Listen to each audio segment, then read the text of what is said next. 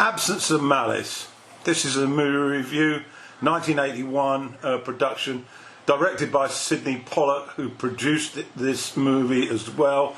Alongside him on production there was Ronald L. Swari. It was written by Kurt Ludicki and David Raphael.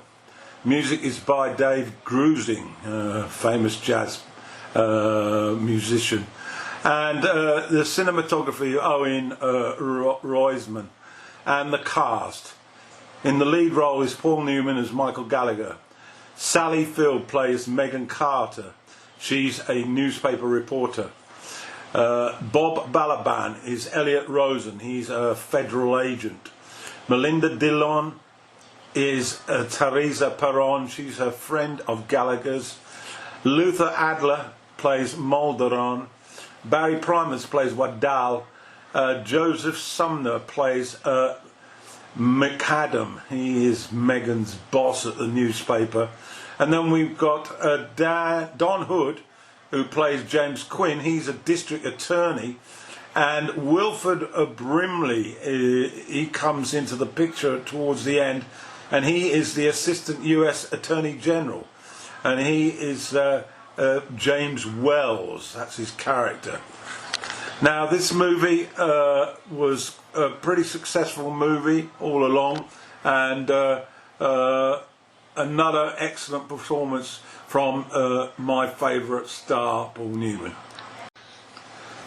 The movie was nominated for 3 Academy Awards: Best Actor for Newman, Best Actress in a Supporting Role for Dillon, and Best Writing Screenplay for the writer Kurt Ludicki.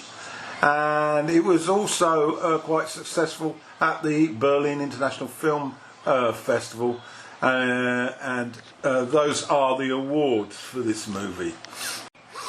So, Absence of Malice. It's a story about a newspaper reporter who's determined to get ahead in her profession and is wanting to get ahead of that curve with that juicy new story. Sally Field's portrayal of Megan Carter hits the nail on the head here.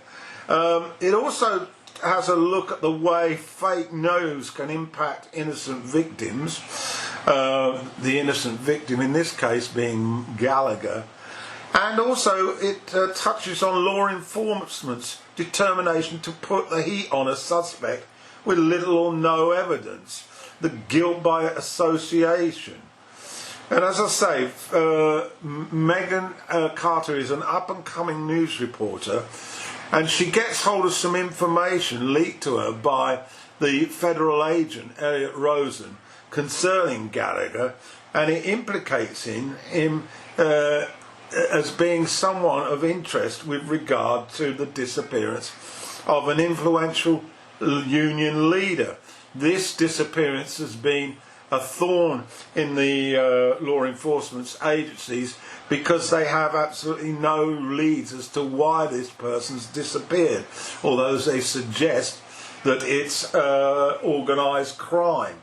So with this leak towards Gallagher, based probably on the fact that his father was a bootlegger, she approaches her boss, McAdam, with regard to whether they should run with the story. There's a great scene where McAdam discusses with Carter the do's and don'ts with regard to the concept of absence of malice. First, try and find the man to get some sort of response to the information you've received. If you can't, then at least you've been seen to be trying to get a response. Or if you find him and he chooses not to answer, well, you have given him again the opportunity to respond. Or the third option, you find him and then he does respond, then you can print that. So basically, regardless of what happens, you are in a position to place a story without absence of Malice. So that's how they move forward on this. So the story's published, and very shortly Gallagher reacts by striding into the office of the newspaper, demanding who leaked this story and when. Of course, he doesn't get very far, but he then storms out, and Carter then takes it upon herself that she's determined to get a reaction from him, and so she wheedles her way into his good books and gets an interview with him. And it's at this point that the relationship shifts a little. Gallagher is physically attracted to Megan, and it becomes quite evident, even though in the initial interview on his boat, that there's something further down the road.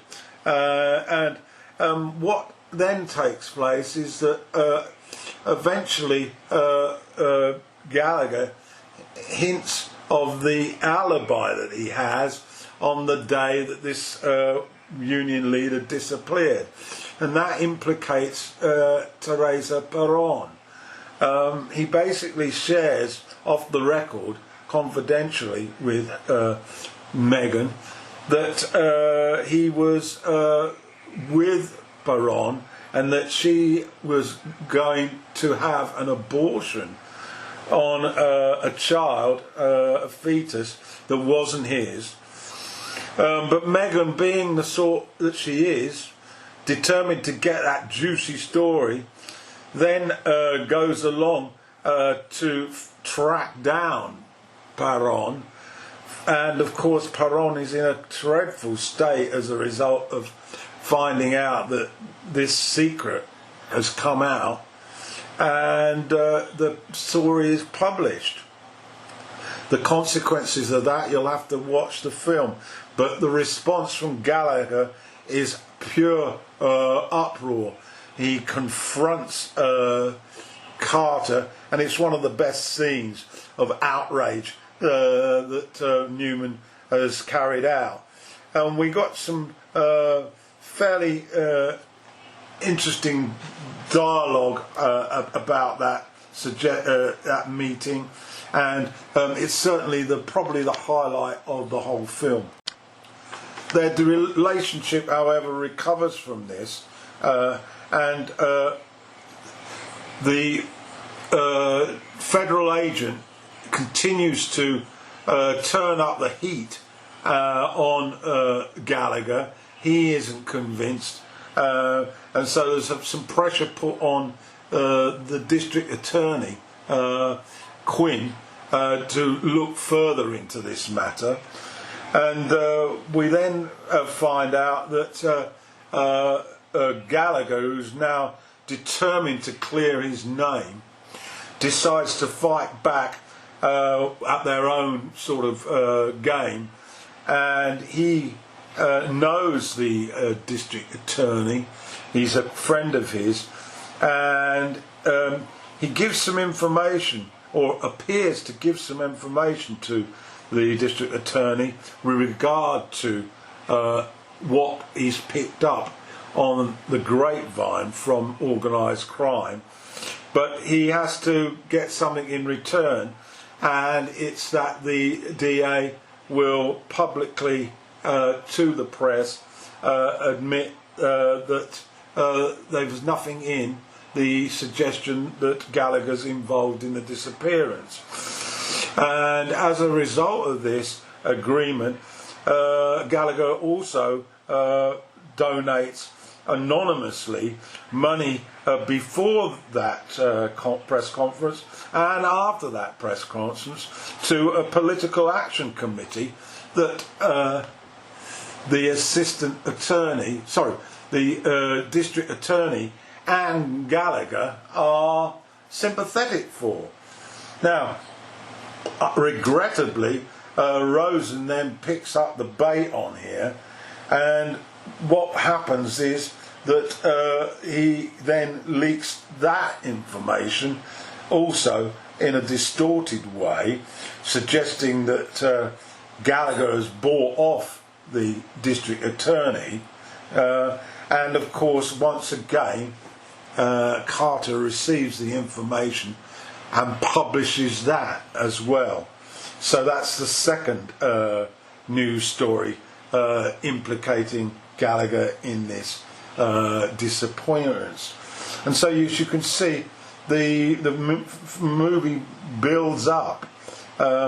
That's now happened at the same time that their relationship has become physical. That's Carter and Gallagher's, and it basically is the straw that breaks the camel's back. And then we have this absolutely tremendous piece of cinema at the end, where the US Attorney General, Assistant US Attorney General Wells, brings together all the relevant parties, Gallagher, Carter, her boss, and the two law enforcement officials, to thrash out what the hell's going on. And you will need to watch that movie to get a gist of that. I love this movie. It's a very simple sort of movie with clear guidelines, clear plot to follow, but it's just the presence of Newman. He's just got that magnetism on screen, and I just can't resist watching and listening to every move that he makes, and he holds this film together. A good direction by Pollock, of course, so I really suggest you get to look at it. It's the 1981 movie Absence of Malice, written and directed by Sidney Pollock and starring Paul Newman and Sally Field.